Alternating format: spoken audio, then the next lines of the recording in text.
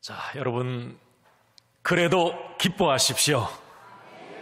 그래도 감사하십시오. 모르겠습니다. 여러분 지금 삶이 어떤지 모르겠어요.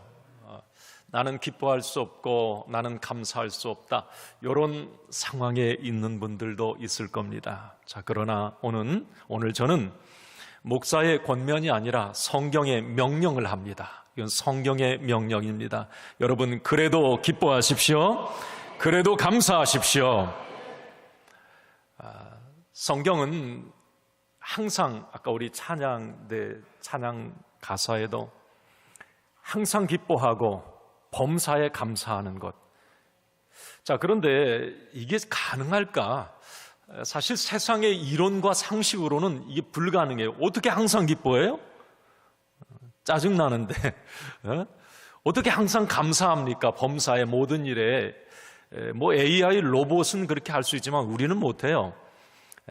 그게 참 불가능한. 그런데 성경은 이걸 우리에게 명령하고 있다는 말이죠.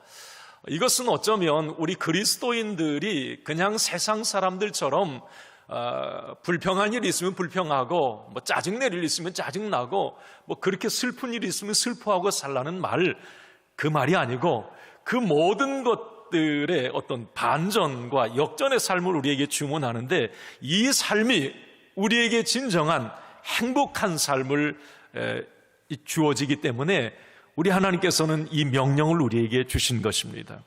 여러분, 항상 기뻐하십시오. 그리고 범사에 감사하십시오. 이걸 가능하게 하는 비밀은 우리가 주 안에 있을 때 가능합니다. 여러분, 주 안에 있음을 믿습니까? 여러분, 주 안에 계시죠? 여러분 다 주 안에 계세요. 그리고 내 삶에 하나님의 은혜가 배어 있다고 하는 걸 아는 사람이 기뻐하고 감사할 수 있습니다.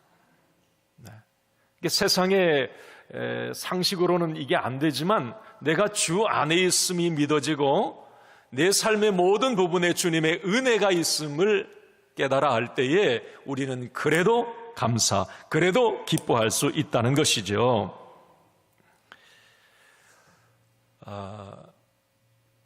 아무리 생각해봐도 우리 그리스도인의 배지는 기쁨과 감사가 분명합니다.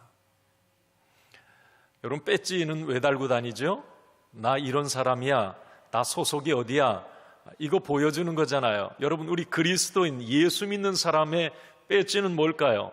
어디 뭐 그리스도인, 물론 십자가 달고 다니면 나 교회 다녀, 뭐 그렇게 알겠지만, 여러분 뭐 대부분 십자가 달고 다니는 분은 없잖아요.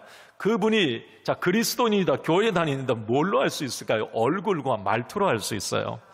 여러분, 우리 믿음의 사람들에게는 얼굴에 기쁨이 있어요. 한번 옆에 분 보세요. 기쁨이 있는지. 자,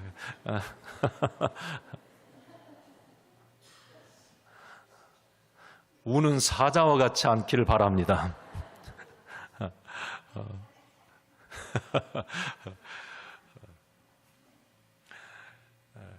기쁨이 있어요. 웃음이 있단 말이에요. 그리고 조금 말해보면 그 언어 속에 감사의 어떤 언어가 많이 묻어납니다.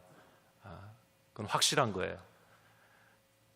야, 저분 교회 다니는구나. 저분 예수 믿어? 얼굴 보고 좀 말 나누면 알아요. 신앙의 언어는 좀 다릅니다. 예수 오래 믿은 분들은 그런 게 확 드러나요. 말 속에서, 표정 속에서. 이게 그리스도인의 어떤 배지예요. 이 맥스 루케이도 목사님이 그 행복 연습이라고 하는 책에서 이런 글을 소개해요. 행복한 사람은 어떤 사람인가? 그 책에서 예수님을 만난 사람인데, 그 예수님을 만난 사람은 행복하다. 그 삶에서 이런 게 나타난다. 이런 예화를 들어요. 미국 맨하탄 그 교차로에, 자기가 살고 있는 교차로에 자기도 이제 늘 익숙하게 봤던 그 92세 반스 할아버지 이야기를 합니다. 조니 반스라고 하는 이 할아버지는 아침 6시부터 이게 오전 6시부터 10시까지 출퇴근하는 사람들에게 이제 인사를 하는 거예요. 그 교차로에 서가지고.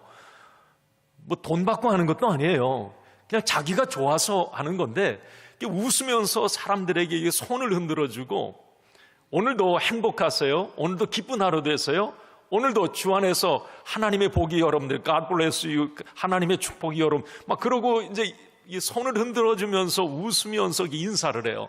뭐 손키스도 이렇게 하고. 이제 그 지역에 사는 사람들은 이 조니 반스 할아버지가 그렇게 아침에 뭔가 웃어주고, 참 처음에는 웃기는 할아버지네 뭐 그러더니 나중에는 그게 이제 은근히 어떤 행복 바이러스를 자기에게 가져다 주는 거예요. 웃음을 주고. 가끔 이 할아버지가 이제 몸이 아파서 거기에 못 나오거나 이제 급한 일이 있어서 안 나타나면 지역 방송국에 막 전화가 빗발친다 그래요. 그 할아버지 어디 아프냐고, 뭐 무슨 일이 있냐고 막 궁금한 거예요. 그 책 말미에 맥스 루케이더 목사님이 이렇게 글을 썼어요. 조건과 형편에 상관없이 기쁨과 감사로 살며 그 행복을 다른 사람에게 배달하며 사는 사람이 진짜 예수의 사람이다 그랬어요. 우리 예수의 사람 그리스도인의 배지 다시 한번 말씀드립니다. 기쁨이고 감사예요. 그게 삶에서 묻어나는 거예요. 또 그걸 더군다나 배달하며 나누는 사람은 더 행복한 사람이에요. 여러분, 제가 뭐 짧은 인생 살았어요. 뭐 60평생 아주 짧게 살았지만 느끼는 게 있어요. 사람 사는 건 이렇게 저렇게 살아도 다 비슷합니다. 그 사람이 뭐 몇십억 돈을 가졌다고 해도 그 사람 삶의 구석을 들여다보면 매번 다른 게 없어요. 오히려 더 나보다 못하다 이런 생각도 저는 많이 해봤거든요.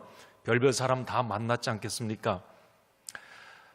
다 거기서 거기에요. 그런데 이것 한 가지는 제가 압니다. 뭐냐면 그 사람이 행복한 사람이다. 무엇을? 조금 더 그런 상황에서 기뻐하고 조금 더 감사의 조건을 찾아내는 사람이 행복한 사람이에요. 뭐 삶으로 여러분 행복해서 감사한 건 아니에요. 감사해서 행복한 거예요.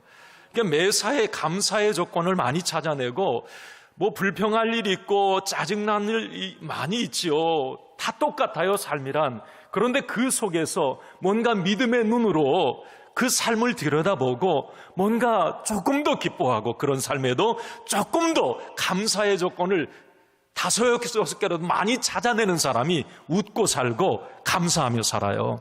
그 사람은 행복해요, 다른 사람보다. 있어서 주어져서 행복한 게 아니란 말이에요. 여러분 행복하십시오. 기쁨이 충만하십시오. 왜? 우리는 주 안에 있기 때문에 더 그렇습니다. 네. 오늘 추수감사절에 좀 내가 감사를 잃었다면, 기쁨을 잃고 살았다면 뭐 저 사람이나 나나 매반 별반 다른 거 없는데, 대통령이나 나나 별반 다른 게 없어요. 그렇지만 내가 더 행복할 수 있다고 하는 건 내가 주 안에서 조금 더 감사의 조건 많이 찾아내고 하루를 살면서도 저녁에 가만히 누워서 감사의 조건을 기록해봐요. 얼마나 행복한지. 잊었던 것이 생각나면서 너무 감사하고 행복해요, 그 순간. 발견해 나가는 거죠. 감사를. 그 사람이 행복해요. 빌립보서 1장 27절 말씀에 그 상반절에 오늘 1장 봤는데 본문은 아니에요. 뒤쪽인데 빌립보서 말씀에 바울이 이런 권면을 합니다. 한번 읽어봐요. 오직 너희는 그리스도의 복음에 합당하게 생활하라. 복음에 합당하게 생활하라. 이 말을 다른 현대어 성경에 보면 시민답게 살아라, 이 말이 있어요. 이 바울은 바울 서신에서 우리 믿는 사람을 하늘의 시민이다 이렇게 말을 해요. 하늘의 시민권을 가진 사람이다. 이게 바울의 이야기거든요. 자주 얘기합니다. 오늘 이 말씀에도 예수 믿는 당신들은 하늘의 시민답게 사십시오, 이렇게 우리에게 말하는 건데, 여러분 빌립보서 3장 20절에도 이제 이 말 하잖아요. 읽어봅니다. 그러나 우리의 시민권은 하늘에 있는지라. 나의 시민권은 어디에 있어요? 하늘에 있는지라. 네. 우리는 그러면 어느 시민권을 가졌어요? 하늘의 시민권을 가졌어요. 여러분, 시민권을 가졌다고 하는 것은 그 나라의 법과 그 나라의 생활 방식으로 산다는 거예요. 미국의 시민권을 가졌으면 미국의 법에 어떤 혜택을 받는 거예요. 그 생활 방식에 따르는 거죠. 여러분, 우리가 하늘의 시민이래요. 우리 보고 하늘의 시민권을 가진 사람이래요. 그러면 우리는 하늘의 생활 방식으로 사는 사람이래죠.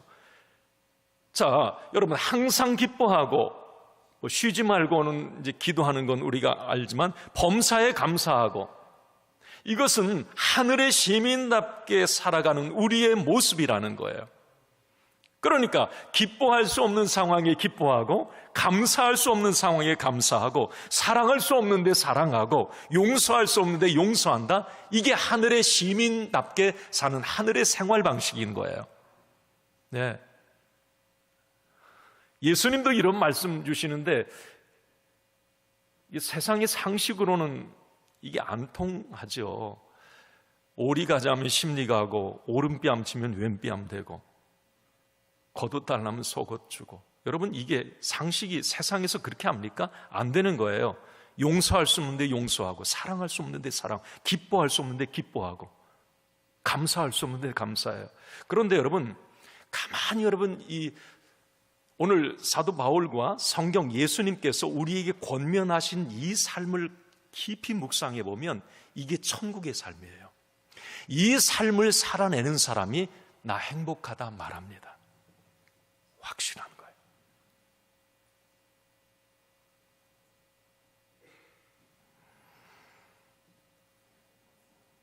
오늘 사도 바울도 본인도 그런 삶을 살았고, 오늘 이 빌립보서를 통해서 그 빌립보서 편지를 받는 빌립보 교회 성도들에게도 당신도 이런 삶을 살라고 권면을 하고 있습니다. 한번 우리 옆에 분에게 그렇게 축복해 줍시다. 당신은 천국 시민입니다. 멋지게 삽시다. 좀 멋지게 삽시다.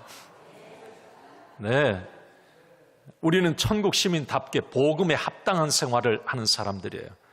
오늘 그 가운데 하나가 기뻐하고 감사할 수 있는 것.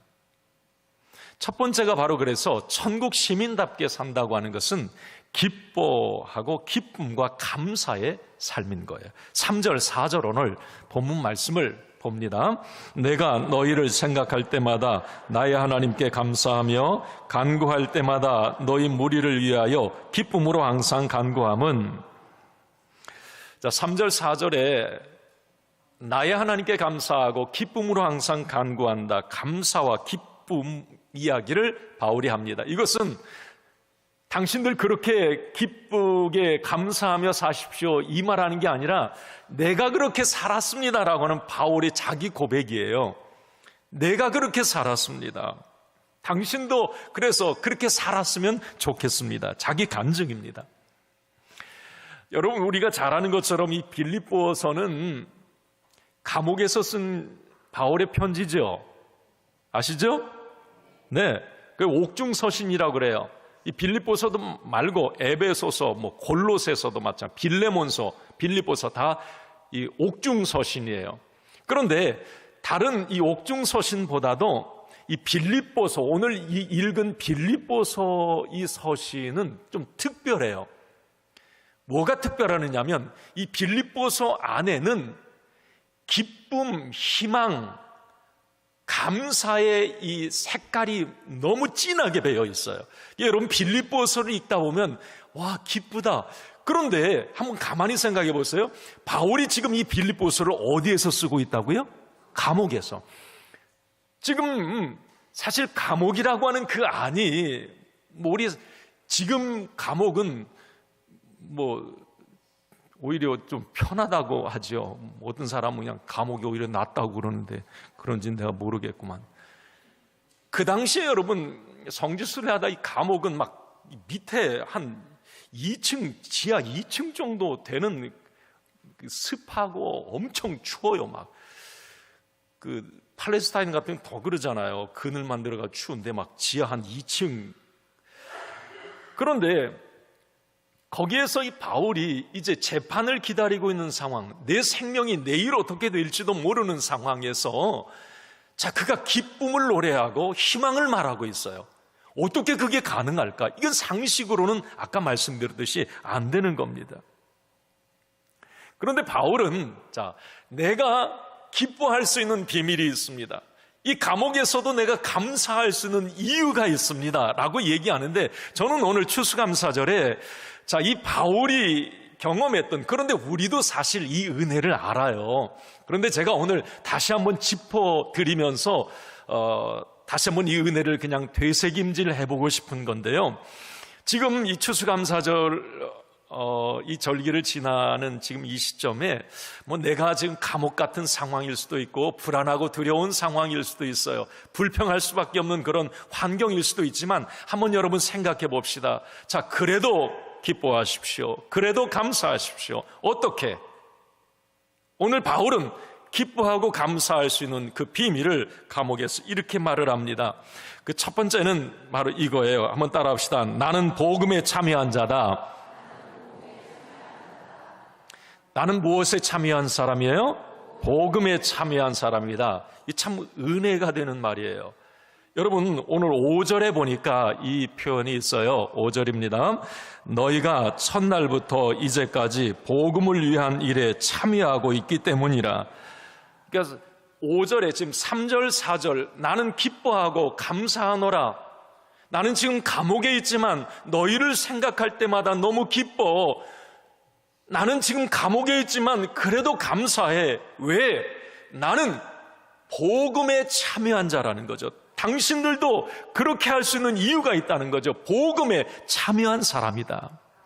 여러분, 복음이란 뭐예요? 복음은 예수 그리스도를 말합니다. 우리가 로마서 말씀을 나누었듯이 나 같은 죄인이, 지옥 갈 나 같은 죄인이 새롭게 나타난 하나님의 의 예수 그리스도를 믿음으로 말미암아 나에게 구원과 영생과 천국을 우리 주님이 주셨단 말이에요. 이게 복음이에요. 복음. 예수님을 만난 게 복음입니다.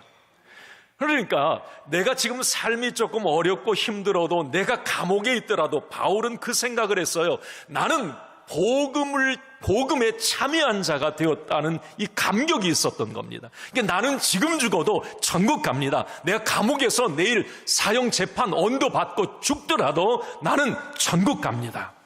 이 복음에 참여했다고 하는 이 확신이 감옥을 기쁨과 감사의 장소로 바꾸어 버렸던 것입니다. 여러분, 저와 여러분들에게 복음의 감격이 있기를 바랍니다. 복음의 감격. 그래서 어떤 상황에서도 기뻐하고 감사할 수 있기를 바라요. 바울은 또 하나, 나는 은혜에 참여한 자다, 이렇게 말을 합니다. 같이 읽습니다. 시작. 나는 은혜에 참여한 자다. 이게 그래도 기뻐하고 그래도 감사할 수 있는 이유였다는 거예요. 자, 7절 하반절에 이렇게 기록되어 있어요. 너희가 다 나와 함께 은혜에 참여한 자가 됨이니라. 은혜에 참여했다라고 하는 건 뭐냐면 은혜를 맛보았다, 은혜를 그 사람은 안다, 이 말이에요. 은혜에 참여했다. 어느 신학자의 고백처럼 하나님의 특별한 호의를 입었다. 나는 그걸 아는 사람은 어떤 상황에서도 기뻐하고 감사할 수 있다라고 하는 겁니다. 아마 바울은 감옥에 지금 있지만 그 감옥 속에도, 그 상황에도 하나님의 은혜가 배어 있다고 하는 걸 본인이 아는 것 같아요. 일반 사람은 불안하고 두려워 원망하고 하나님을 믿었다면, 예수를 믿었다면 예수님 하나님을 원망했을 그 감옥. 그러나 사도 바울은 그걸 알아요. 그 감옥 속에조차도 하나님의 은혜는 떠나지 않았다. 그 감옥 속에도 하나님의 은혜는 배어 있다. 이 믿음이 있었다는 거죠. 그래서 그 속에서도 감사, 기쁨의 서신을 써 보낸 거예요. 여러분, 오늘 추수감사절에 지난 한 해 삶을 이렇게 주마등처럼 막 지나가더라고요. 한 해의 삶. 내가 지금 여기에서 이 감사절에 이 예배를 드리고 있다고 하는 이 자체 하나만으로도 여러분, 우리는 감사해야 합니다. 감사해야 해요. 한 해에 교통사고로 사망하는 사람이 얼마나 될까요? 3,000명이 넘어요. 해마다. 암으로 사망하는 사람은 수만 명입니다. 우리 곁에서 올해도 그렇게 하나님의 부름을 받은 사람들이 있어요. 네. 제가 이제 가끔씩 어디 이렇게 다녀오다가 아파트에 이렇게 집 차단기가 딱 이제 어디 갔다가 도착해서 딱 차단기가 올라가면 무슨 생각이 드냐면, 하나님 너무 감사합니다. 하나님 감사합니다. 그 먼 길을 수많은 차들 사이에 많은 어떤 그런 상황 속에 내가 하루를 무사히 이렇게 돌아왔다는 이 자체가 너무 감사한 거예요. 그냥 우리는 지나칠 수 있어요. 뭐 당연한 것처럼. 그러나 그 감사, 하나님의 은혜라고 하는 이 어떤 생각, 이게 내 삶에 배어 있다고 하는 이걸 깨닫게 될 때에 마음이 너무 기쁘고 감사한 거예요. 네. 오늘 내가 복음에 참여하고 은혜에 참여한 자라고 하는 이 사실, 이걸 우리가 깨닫고 생각할 때에 우리는 감사하고 기뻐할 수 있다. 그래서 바울에게서 우리가 느끼는 건 뭐냐면, 이 기쁨과 감사라고 하는 것은 저절로 찾아오는 것이 아니라 붙잡아야 한다라고 하는 걸 알게 됩니다. 붙잡아야 된다. 그러니까 여러분, 이 복음이라고 하는 것도, 은혜라고 하는 것도 누구에게나 어디든지 다 있습니다. 차별이 없어요. 그러나 그것을 나의 복음으로, 나의 은혜로 누리는 사람은 누구나가 아닙니다. 그 복음을 나의 복음으로, 그 은혜를 나의 은혜로 붙잡는 사람이 기뻐할 수 있고 감사할 수 있다라고 하는 말입니다. 여러분, 꼭 복음을 나의 복음으로 붙잡기 바랍니다. 은혜를 나의 은혜로 붙잡길 바랍니다. 그래야 기뻐할 수 있고 그래야 감사할 수 있어요. 그냥 가만히 있으면 기뻐할 수 있고 감사할 수 있는 게 아니에요. 붙잡아야 돼요, 자꾸. 네. 여러분, 신촌 세브란스 병원 심장병동 그 벽에 무명의 시인이 써놓은, 거기는 이제 아픈 분들이 뭐 대부분이겠죠. 거기 시를 제가 잠깐 읽어드리면, 주님, 때때로 병들게 하심을 감사합니다. 인간의 연약함을 깨닫게 해주시기 때문입니다. 가끔 고독의 수렁에 내던져 주심도 감사합니다. 그것은 주님과 가까워지는 기회입니다. 일이 계획대로 안 되게 틀어주심도 감사합니다. 그래서 나의 교만이 반성될 수 있습니다. 아들, 딸이 걱정거리가 되게 하시고 부모와 동기가 짐으로 느껴질 때도 감사합니다. 그래서 인간된 보람을 깨닫기 때문입니다. 불의가 득세하는 시대에 태어난 것도 감사합니다. 하나님의 의의가 분명히 드러나기 때문입니다. 주님, 감사할 수 있는 마음을 주심을 감사합니다. 그래서 후반부는 좀 생략을 했어요.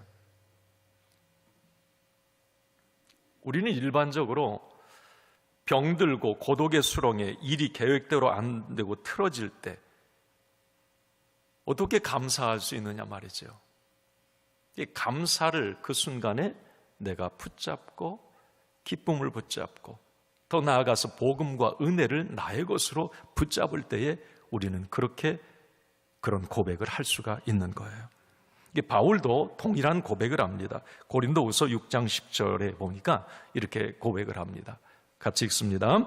근심하는 자 같으나 항상 기뻐하고 가난한 자 같으나 많은 사람을 부유하게 하고 아무것도 없는 자 같으나 모든 것을 가진 자로다. 여러분, 이건 복음과 은혜를 그것에 참여한 자가 되지 않고는 저 고백을 할 수 없어요. 근심하는 자 같으면 계속 근심하고 죽겠다고 막 가난한 자 못 살겠다고 하고 없는 자 아유 힘들다 말하는데 그 반전의 이야기를 하고 있어요. 기뻐하고 나는 부유하고 나는 모든 것을 가졌다. 이건 복음과 은혜를 아는 사람만이 이 고백을 할 수 있어요. 저와 여러분들에게 오늘 추수감사절에 이 고백이 있기를 바랍니다. 이 사도 바울의 고백이 있길 바라요. 그래도 나는 기뻐하고 그래도 나는 부유하고 그래도 나는 모든 것을 가진 사람입니다.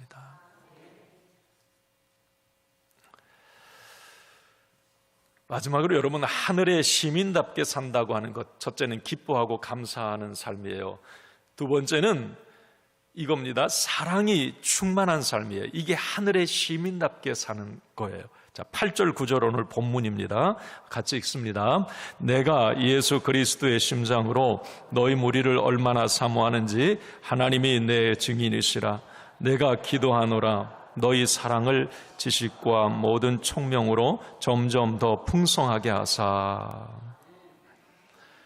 빌립보 교인을 향한 사도 바울의 절절한 사랑의 고백입니다. 그러니까 내가 너희를 그렇게 사랑한다. 여기서 예수 그리스도의 심장으로 너희를 사랑한다. 찐 사랑이 여기에서 느껴져요. 여러분, 바울이 빌립보 교인들 그렇게 사랑 나 같으면 못할 것 같은데, 빌립보 교회뿐만이 아니에요. 바울은 다른 어떤 교회 공동체에 이 편지를 써보낼 때에 내가 너희를 사랑한다, 너희를 사랑으로 낳았다, 막 이런 표현들을 써요. 그런데 사실 바울이 복음 전하러 다닐 때에 그곳에 교회를 세울 때에 그 사람들은 원수였어요. 정말 집요하게 방해하고 데모하고 바울의 복음의 장애물들이었습니다. 자, 그런데 바울은 오늘도 내가 예수 그리스도의 심장으로 너희를 사랑한다고 말을 해요. 어떻게 인간적인 사랑으로는 도저히 이 말을 할 수가 없어요. 저 왼수들을 내가 사랑해? 그런데 바울은 그 고백을 합니다. 그런데 가짜가 아니에요. 이 진심 어린 사랑의 고백이에요. 내가 복음에 참여한 자가 되고 그 은혜에 참여한 자가 되었다면 이런 사랑이 가능하다고 바울은 우리에게 권면합니다. 여러분, 오늘 저는 여러분들을 축복합니다. 여러분들의 가정에 하나님이 부어주시는 사랑이 있기를 바랍니다. 가정의 어떤 세상의 방식으로는, 세상의 룰은 갈등과 원수 맺는 일, 미움 이런 게 있을 수 있지만 여러분, 그 위에 하나님의 사랑이 꼭 부어지길 바랍니다. 넉넉히 오늘 바울이 내가 너희를 예수 그리스도의 심장으로 사랑한다고 하는 이 사랑이 말이죠. 그래야 가정이 행복하지 않겠습니까?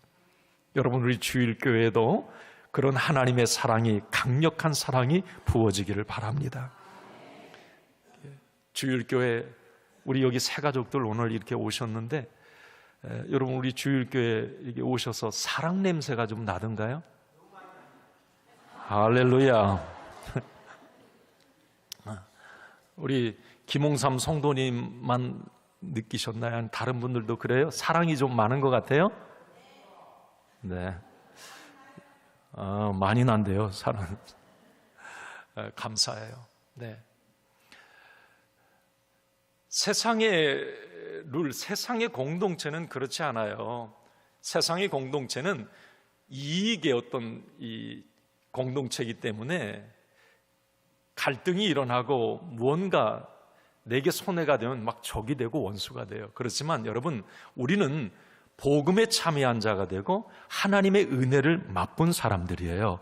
그렇기 때문에 우리는 어떤 원수도 어떤 미움도 다 녹여낼 수 있는 그런 삶의 불순물들을 녹여낼 수 있는 힘이, 그 은혜가 우리에게는 있는 것입니다. 하나님의 사랑이 부어질 때 그 사랑이 가능한 거예요. 요한일서 4장 11절에 그래서 이런 말씀이 있어요. 한번 읽습니다. 사랑하는 자들아, 하나님이 이같이 우리를 사랑하셨은즉 우리도 서로 사랑하는 것이 마땅하도다. 아멘. 한번 옆에 분에게, 오늘은 추수감사절 자꾸 옆에 분 시키는데, 자, 한번 그냥 하세요. 자, 내가 주의 이름으로 사랑합니다. 한번 축복해 주십시다. 진짜 사랑한다고 그냥 말만 하지 말고 사랑합니다. 옆에 왼수가 앉아 있는 분.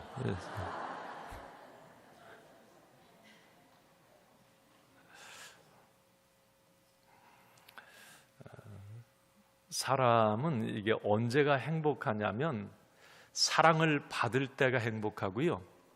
그것보다 더 행복한 것은 사랑을 줄 때가 행복해요. 여러분, 받는 게 행복한 것 같죠? 이 줄 때가 더 행복합니다. 네. 누군가를 내가 사랑할 수 있다고 하는 것. 왜 예수님이 원수까지도 사랑하라, 우리에게 힘든 삶을 부탁했을까요? 왜 오리를 가자면 심리를 가고, 왜 겉옷 따르면 속옷, 우리 손해보는 삶 살라고 그랬을까요? 아니에요. 뭔가 내 것을, 내 사랑을 나눠줄 때 그 사람이 행복해요. 우리 하나님은 우리 자녀들이 행복한 삶을 살기를 원하시거든요. 기뻐할 때, 그래도 감사할 때 행복해요. 네. 그런데 우리가 내 삶에 항상, 여러분, 이 미운 사람, 원수는 내 주변에 항상 있다. 이건 인정을 하셔야 돼. 그래서 우리가, 자, 원수도 사랑하라. 그런데 이 하나님의 이 말씀이요, 사람의 어떤 이 감정과 의지만 가지고는 절대 안 됩니다. 사람의 감정, 사랑의 감정, 뭐 저 사람이 뭐 나에게 잘해줘서, 아니면 결혼을 해서, 결혼의 신혼 그 기간, 그 유통기한이 2년이라고 제가 말씀드렸잖아요.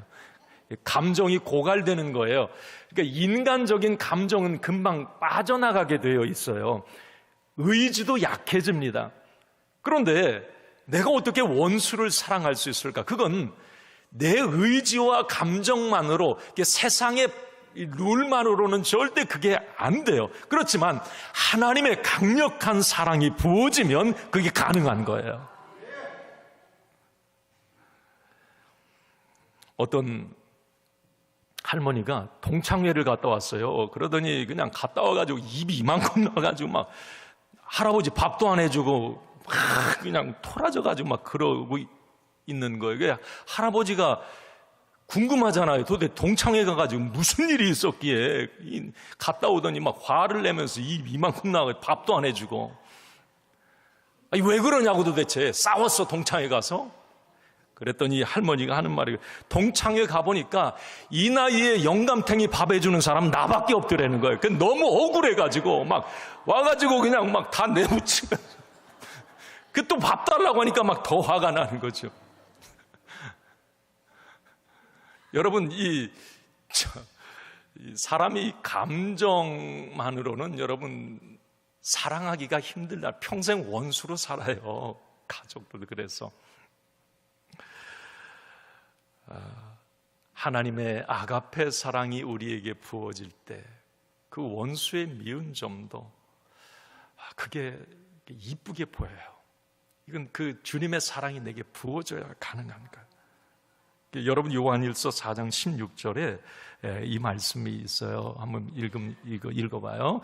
하나님이 우리를 사랑하시는 사랑을 우리가 알고 믿었노니 하나님은 사랑이십니다.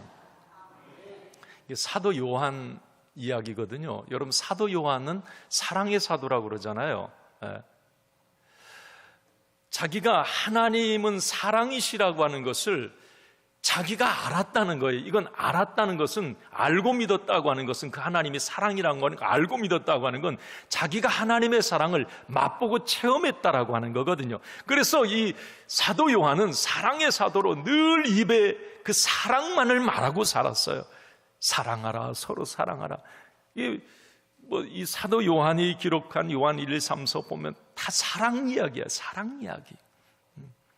예수님의 12제자 가운데 유일하게 술을 누리고 산 분이 사도 요한이에요. 다른 분들은 다 순교했지만 그분이 늘 이제 사람들, 그리스도인들 앞에서 말할 때, 설교할 때, 강연할 때 늘 한 말이 동일해서 여러분 사랑하십시오.